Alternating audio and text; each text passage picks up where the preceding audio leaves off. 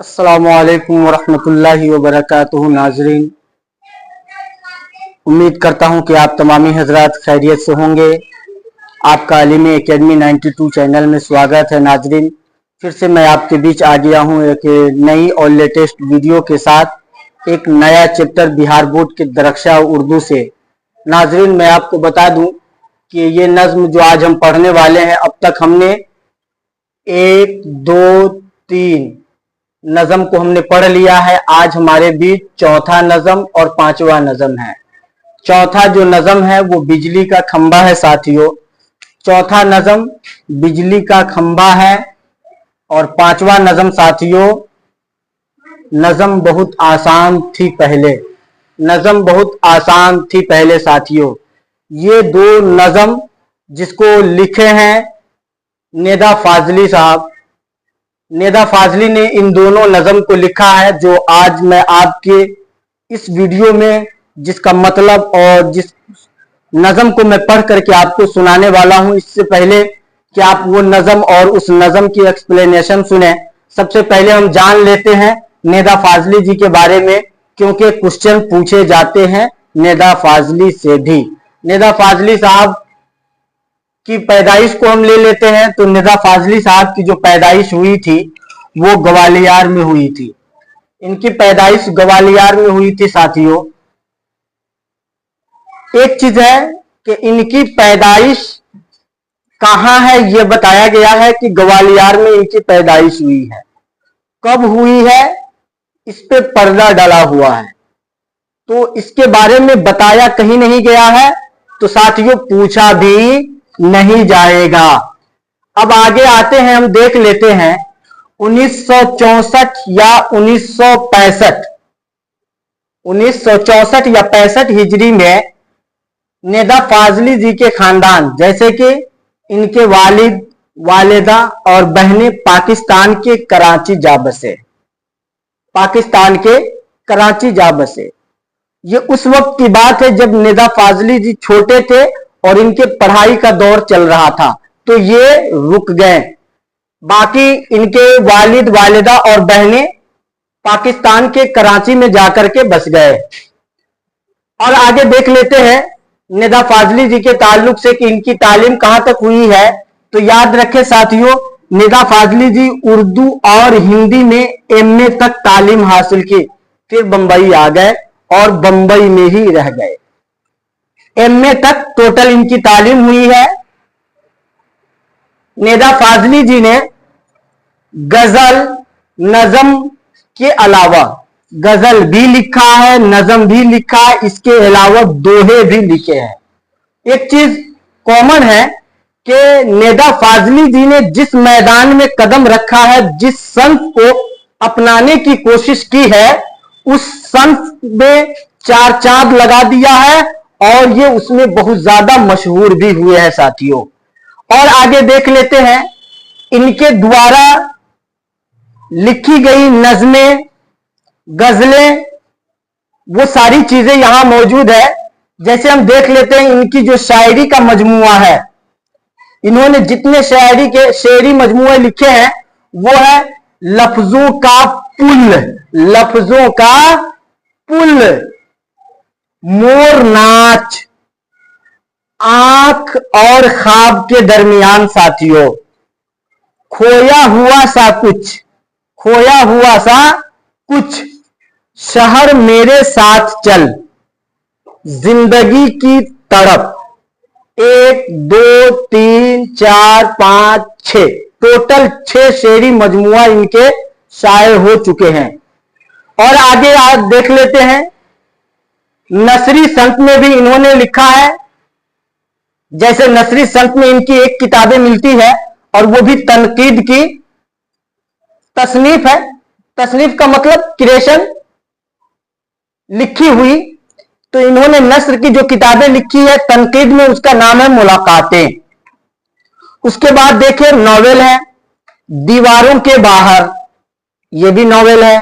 दीवारों के बीच, ये भी नॉवेल है। चेहरे, ये खाका है।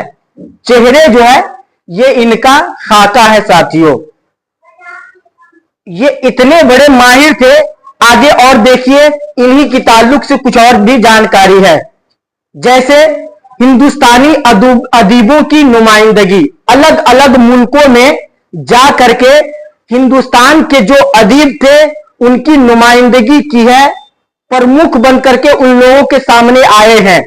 वो कौन कौन से ममालिक है, याद रखें, यूएसए है, यूएई है, जर्मनी है, बांग्लादेश है, पाकिस्तान है, इंग्लैंड है और मॉरिशस है।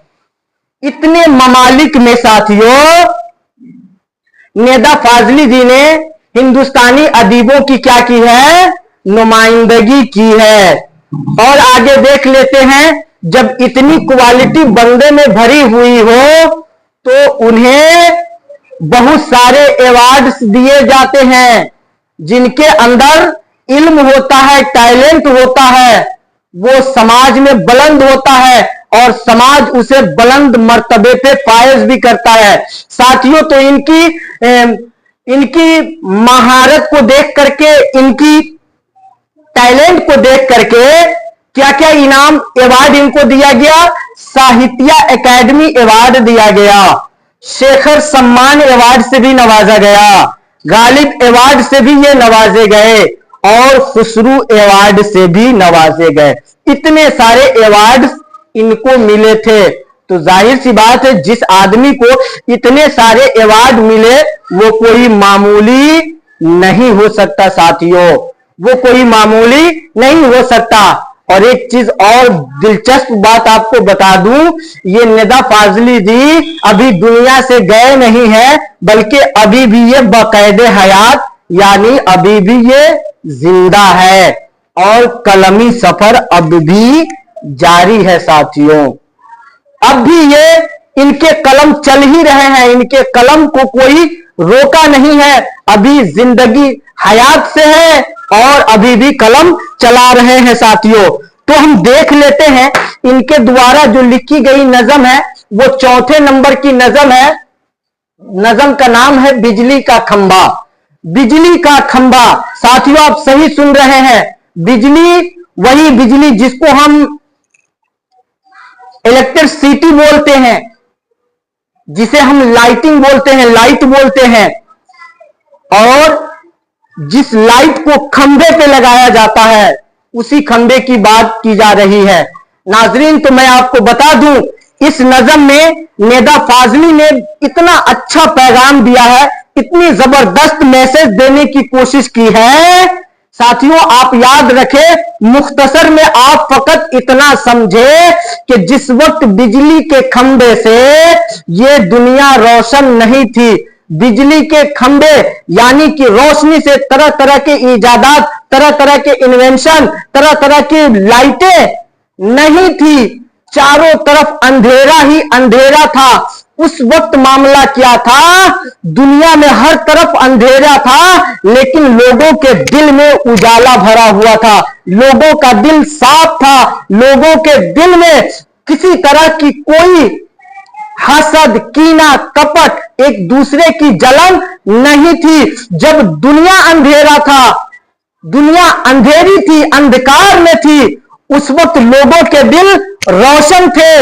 लेकिन आज मामला यह है कि पूरी दुनिया रोशन है तो इंसान के दिलों में अंधेरा छा गया है, इंसान के दिलों में हसद, कपट, जलन, दुनिया की सारी खुराफात इंसान के दिल में जगह ले लिया है। तो दुनिया रोशन है तो लोगों के दिल अंधेरा है। कल दुनिया अंधकार में थी तो लोगों के दिल रोशन थे। देख लेते हैं उस नज़म को, जिस नज़म में शायर हमें पैगाम क्या देना चाहता है। सुने, बिजली का खंबा। शायर लिखते हैं कि कई साल गुजरे, बहुत साल गुजरे, इसी राह गुजर पे, इसी रास्ते पे कई साल गुजर गए, किसी पेड़ की ठंडी छाओ तले में, किसी पेड़ की ठंडी छाओं के नीचे अंधेरों में गुमसुम सा बैठा हुआ था। चारों तरफ अंधेरा था, उस पेड़ की ठंडी ठंडी छाओं में मैं बैठा हुआ था, बैठा करता था।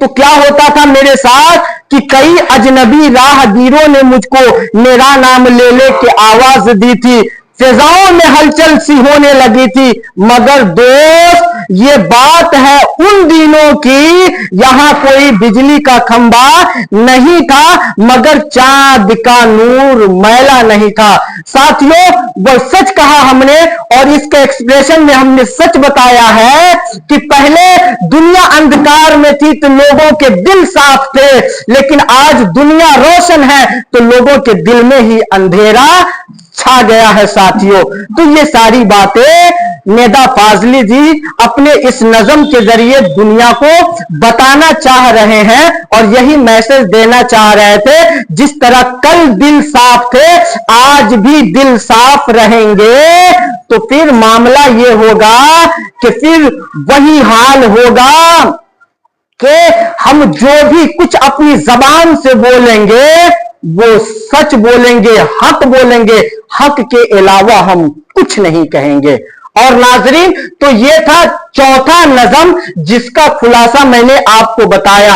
अब हम देख लेते हैं वो दूसरा नज्म जो नेदा फाजली ही जी ने लिखा है। नज्म बहुत आसान थी पहले।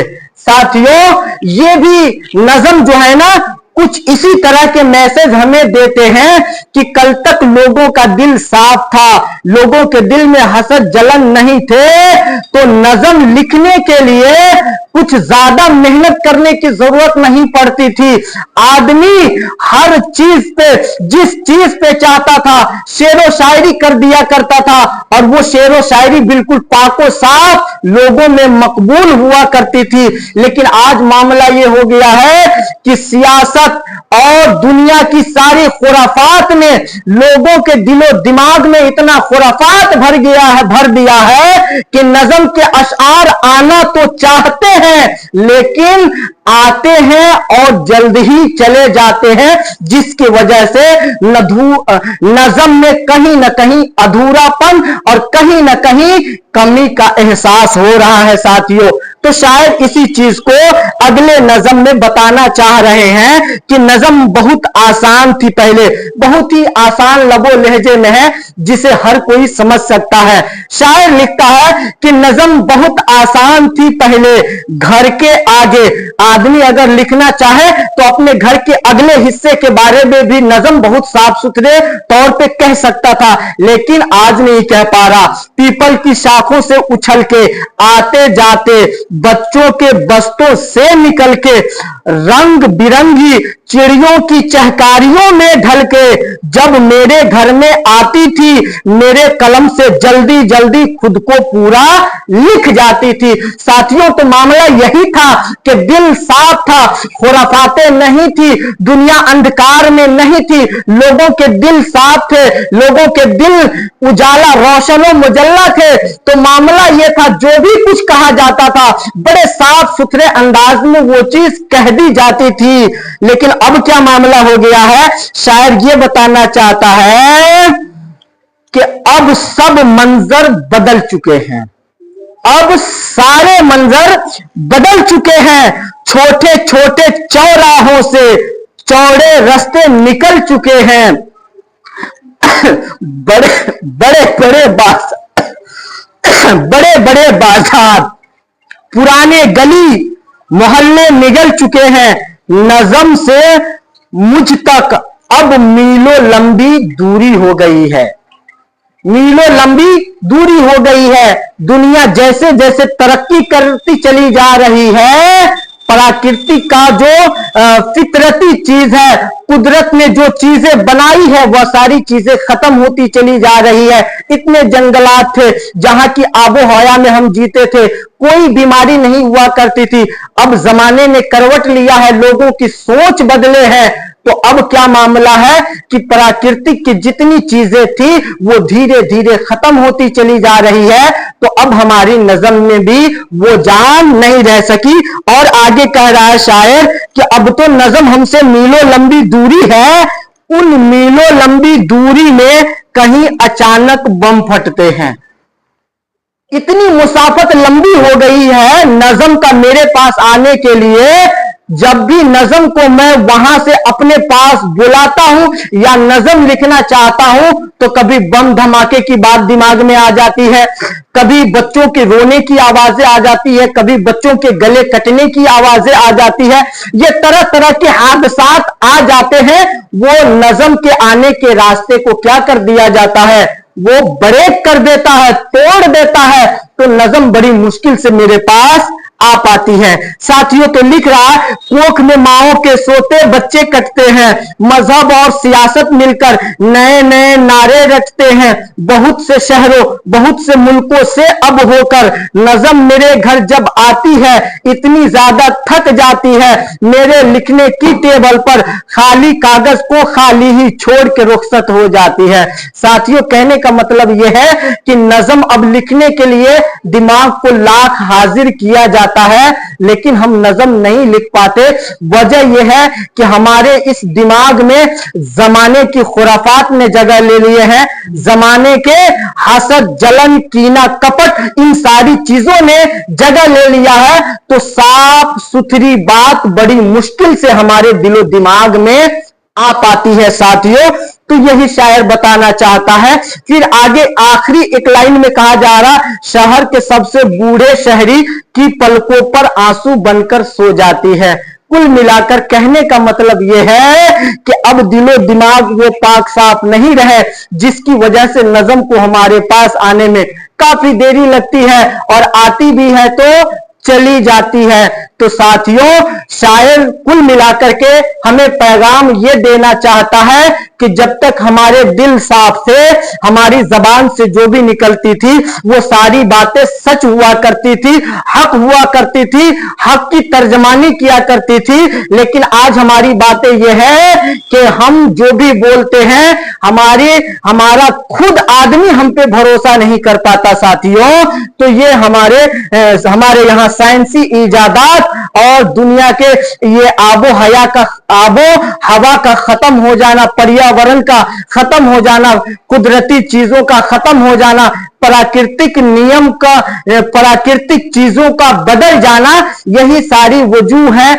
जिसकी वजह से अब हमें इतनी कठिनाइयों का सामना करना पड़ता है। साथियों, तो ये कुछ जानकारी नज्म के ताल्लुक से है जो मैंने आपको दिए हैं। लगे हाथ हम देख लेते हैं इस चैप्टर से क्वेश्चन आंसर हमारे बीच क्या आ रहे हैं, उसे भी देख लेते हैं। पहला क्वेश्चन आ रहा, नेदा फाजली कहां पैदा हुए?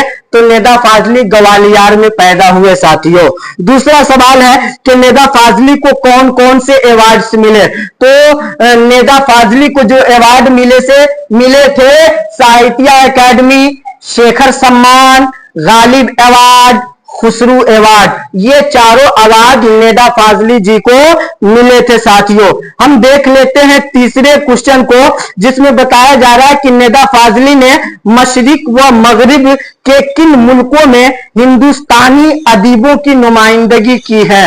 तो हिंदुस्तानी अदीबों की जो नुमाइंदगी की है वो है UAE, Germany, Bangladesh, Pakistan, England, Mauritius. साथियों, तो ये वो सारे ममालिक हैं जहां पे नेदा फाजली जी ने हिंदुस्तानी अदीबों की नुमाइंदगी की है। साथियों, अब 5वें नंबर पे देख लेते हैं। 5वें नंबर पे क्वेश्चन है कि नेदा फाजली ने समाज के किस तबका के मसाइल को अपनी नज्मों में उभारा है? तो साथियों, मैं आपको बता दूं, नेदा फाजली जी ने नज्म लिखे, गजल लिखे हैं, दोहे लिखे हैं, शेरी मजमूए लिखे हैं। इन सारी चीजों में आप देखेंगे ना, तो इनका जो मौजू रहा है हमेशा पसमानदा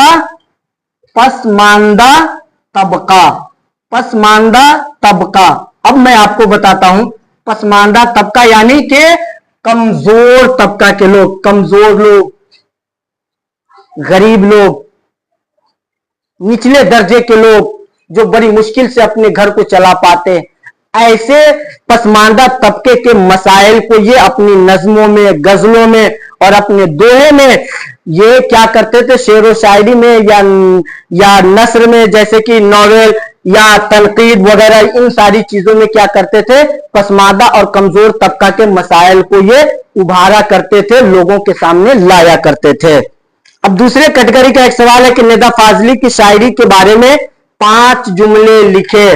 तो निदा फाजली के शायरी के ताल्लुक से आप अपने दरख्शा बुक के इस पेज पे जाएंगे तो आपको वो सारी चीजें मिल जाएंगी साथियों। निदा फाजली जी के ताल्लुक से यहां से लेकर के इस पूरे पैराग्राफ को लिखा जाएगा, तो इनके इस सवाल का जवाब आपको आसानी से पूरे हो जाएंगे साथियों। दूसरा है कि नज़म बिजली का खंभा का खुलासा क्या है। अभी मैंने आपको एक्सप्लेन करके बताया कि कल तक लोगों के दिल साफ थे, दुनिया अंधकार में था, लेकिन लोगों का दिल साफ था। आज दुनिया रोशन है, लोगों के दिल गंदे हो गए हैं, लोगों के इरादे गंदे हो गए हैं और चले हैं लोग गंगा को साफ करने। साथियों, तीसरा सवाल है, कोई बिजली का खंभा नहीं था, यही एक मिसरा है, मगर चांद का नूर मैला नहीं था। तो इस शेर की तशरीह मैंने अभी आपको बताई। तो ये है कुछ सवालात जो मैंने आपके बीच रखे और आगे देख लेते हैं। यही निदा फाजली जी के ताल्लुक से बातें थी और चैप्टर के ताल्लुक से जो बातें थी मैंने आपके बीच रखी। उम्मीद करता हूं कि ये सारी बातें आपको समझ में आई होगी। अगर आपको मेरी बताई और मेरे द्वारा दी गई जानकारी आपको अच्छी लगी हो तो आप वीडियो को लाइक करें, ज्यादा से ज्यादा शेयर करें, कमेंट करें। और एक गुजारिश ये है कि जो लोग इस चैनल से अभी तक नहीं जुड़े हैं वो इस चैनल से जुड़ जाएं और इस चैनल को आप सब्सक्राइब करें और साथ ही साथ बेल आइकन को दबा दें ताकि हर रोज आने वाली मेरी लेटेस्ट वीडियो सबसे पहले आप तक पहुंच सके। गुजारिश है कि आप इसे सब्सक्राइब करें और बेल आइकन को दबा दें। मिलते हैं अगली वीडियो के साथ, तब तक के लिए हिंदुस्तान जिंदाबाद, खुदा हाफिज, अस्सलामु अलैकुम।